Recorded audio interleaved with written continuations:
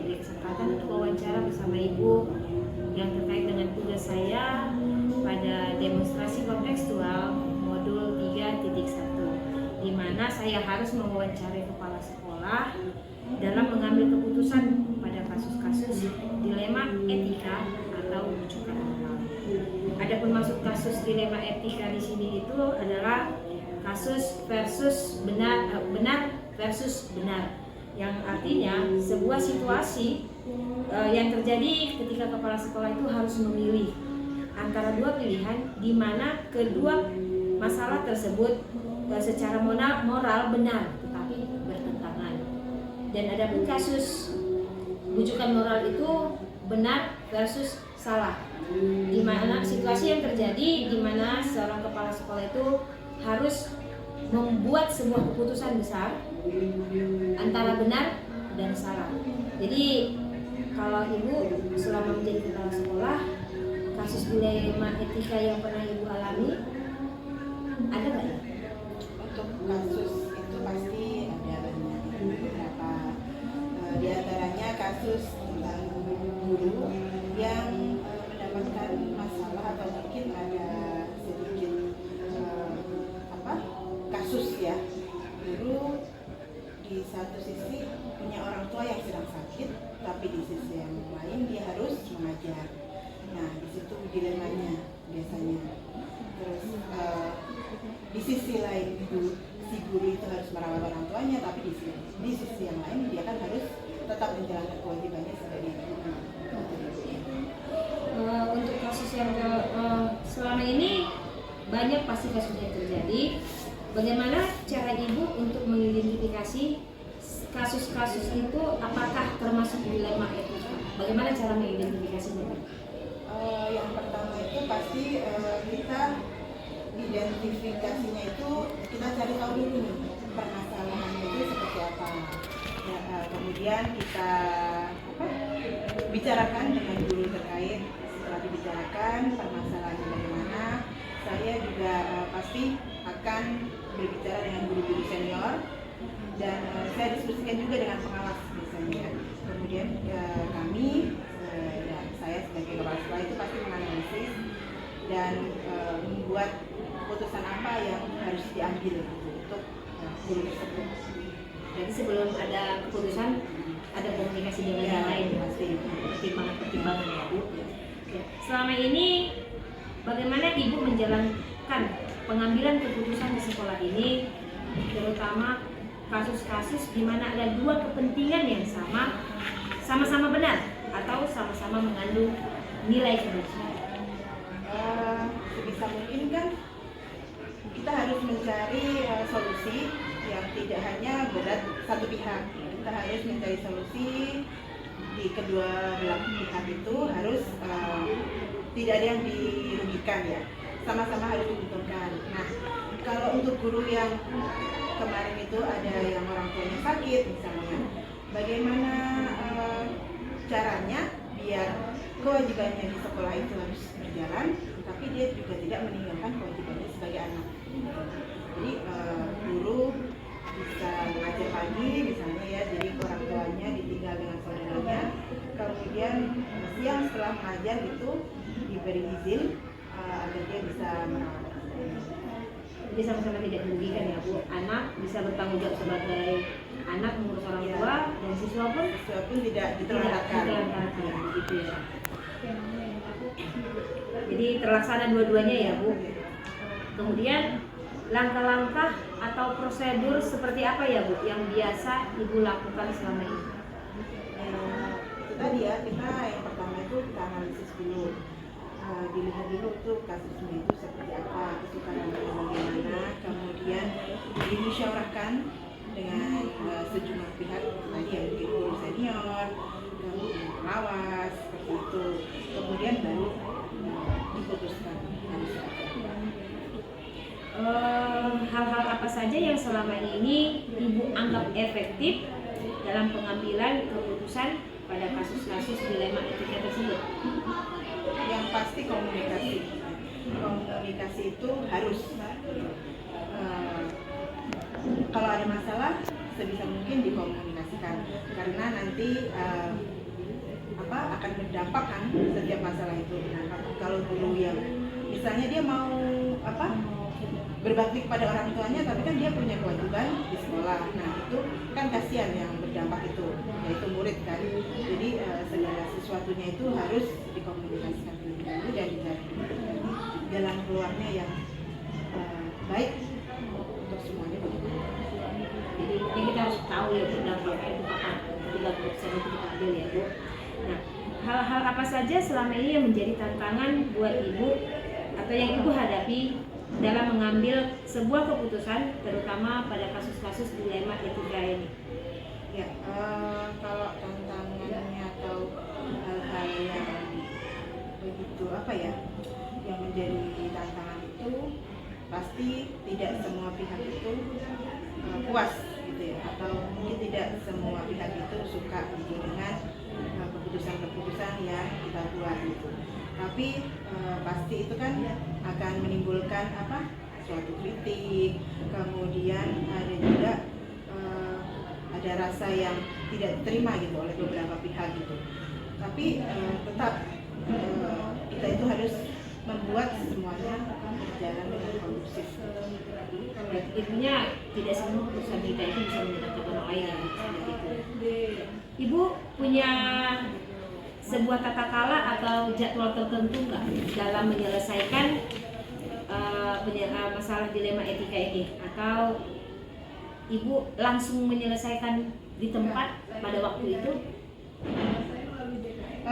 Kalau dilihat kasusnya dulu ya, kalau memang kasusnya itu harus diatasi ya segera diatasi. Kalau misalnya memang harus cepat gitu tanpa menunggu jadwal, ya seharusnya memang harus diatasi gitu. Kalau memang berkaitan sama siswa atau membutuhkan waktu, biasanya ya pasti diomongin terlebih dahulu, kemudian toleransi atau sebagainya gitu supaya bisa diperbaiki gitu, membutuhkan waktu. Jadi tidak ada terjadwal ya Bu? Tidak aja bisa. Karena kan namanya sebuah kasus yang bisa kita jadwal kapan harus terjadi ya Bu.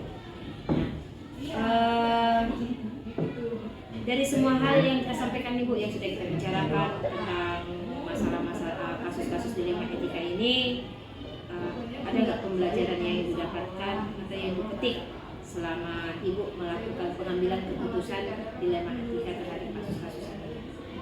Ya pasti ada ya, karena sebagai pimpinan itu ya, bukan hanya kepala sekolah saja ya, bisa satla atau juga pengawas gitu kan. Bagaimana itu ketika mengambil keputusan itu kan pasti berkomunikasi dulu dengan orang gitu kan, dengan orang lain gitu. Dan kita tuh pasti selalu membutuhkan diskusi gitu ya. Terus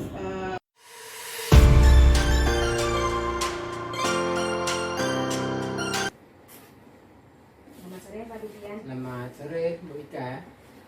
Apa kabar nih hari ini Pak? Baik, puji Tuhan, sehat. Senang dengar kabar Bapak sehat.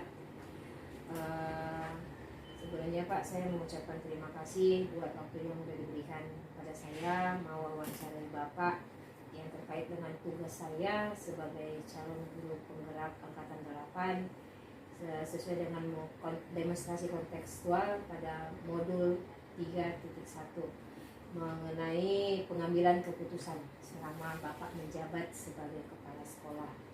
Mungkin selama Bapak menjabat ada beberapa kasus yang berhubungan dengan dilema etika. Jadi dilema etika maupun bujukan moral. Bagaimana Bapak dapat mengidentifikasi kasus-kasus yang merupakan dilema etika atau bujukan moral tersebut? Ya, tentu ini masalah yang sering terjadi di sekolah ya. Nah, untuk memutuskan mengidentifikasi tentang kasus yang berkaitan dengan dilema ini, tentu disesuaikan dengan 3 prinsip dan 4 paradigma pengambilan keputusan serta langkah pengujian pengambilan keputusan.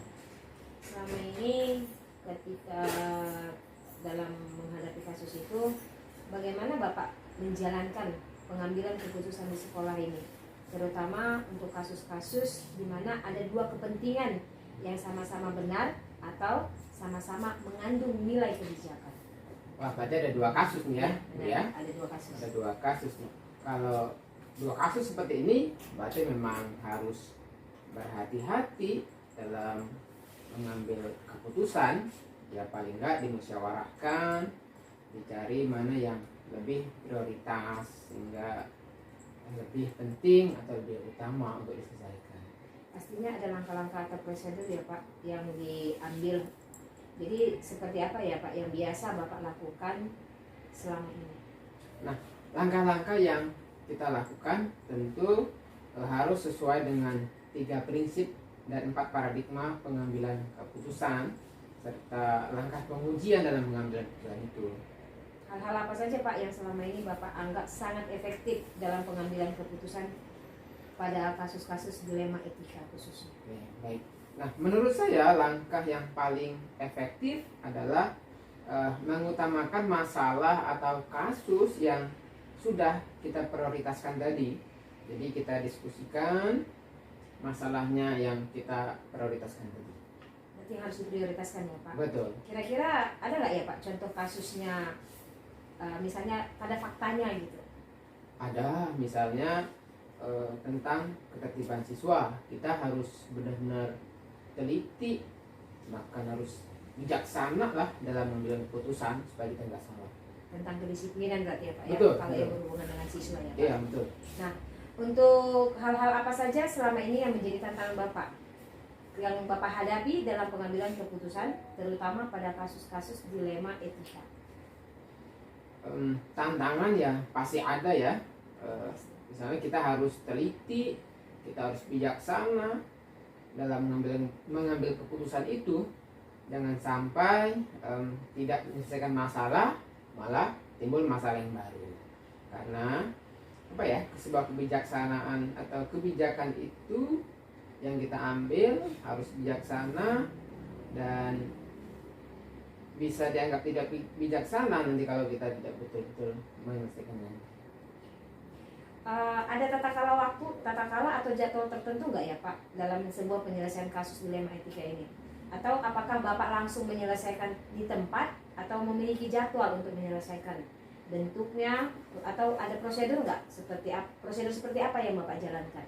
Nah, sejauh ini tentu belum bisa memprediksi ya kapan kasus akan terjadi gitu. Nah, tapi ketika kasus itu terjadi, maka kami akan menyelesaikan itu secara cepat, secara langsung gitu. Ya seringkali nggak terjadwal gitu. Ya, karena kita nggak tahu ya Pak kapan terjadi masalah tersebut ya. Betul. Jadi langsung diselesaikan ya Pak. Iya. Dalam menyelesaikan itu ada nggak ya Pak seseorang atau faktor-faktor apa saja yang selama ini mempermudah atau bahkan membantu Bapak dalam pengambilan keputusan dalam kasus-kasus dilema etika? Ada nggak yang membantu? Oh ada. Saya selalu melibatkan misalnya wakil kelas sekolah, kemudian guru BP, wali kelas juga gitu ya, dan guru-guru yang lain lah. Tujuannya untuk apa? Supaya mereka itu bukan hanya membantu, tapi mereka bisa sharing, kolaborasi, sehingga kita bisa bertanggung jawab secara bersama. Tanggung jawab bersama ya Pak, apalagi mengenai kedisiplinan. Betul. Nah, dari semua yang kita bicarakan ini tentang kasus dilema etika ini Pak, pembelajaran apa yang dapat Bapak petik dari pengalaman Bapak sendiri dalam mengambil keputusan dilema etika? Oke, baik. Nah, pengalaman yang saya dapatkan dalam hal pengambilan keputusan ya, tentunya pengambilan keputusan itu harus kita musyawarahkan terlebih dahulu pada semua stakeholder lah, pada guru-guru, pada siapapun yang terlibat di sekolah, sehingga kita punya kehati-hatian yang ekstra ketika kita mengambil keputusan itu, karena kan kita harus bertanggung jawab penuh terhadap itu. Semua Bapak Ibu guru ya Pak, termasuk Bapak yang dikatakan stakeholder Pak. Baik Pak, sudah cukup wawancara saya pada Bapak hari ini. Semoga pengalaman yang Bapak punya bisa bermanfaat buat saya ke depannya. Terima kasih Pak Dian. Selamat sore. Sama-sama, Bro Mika.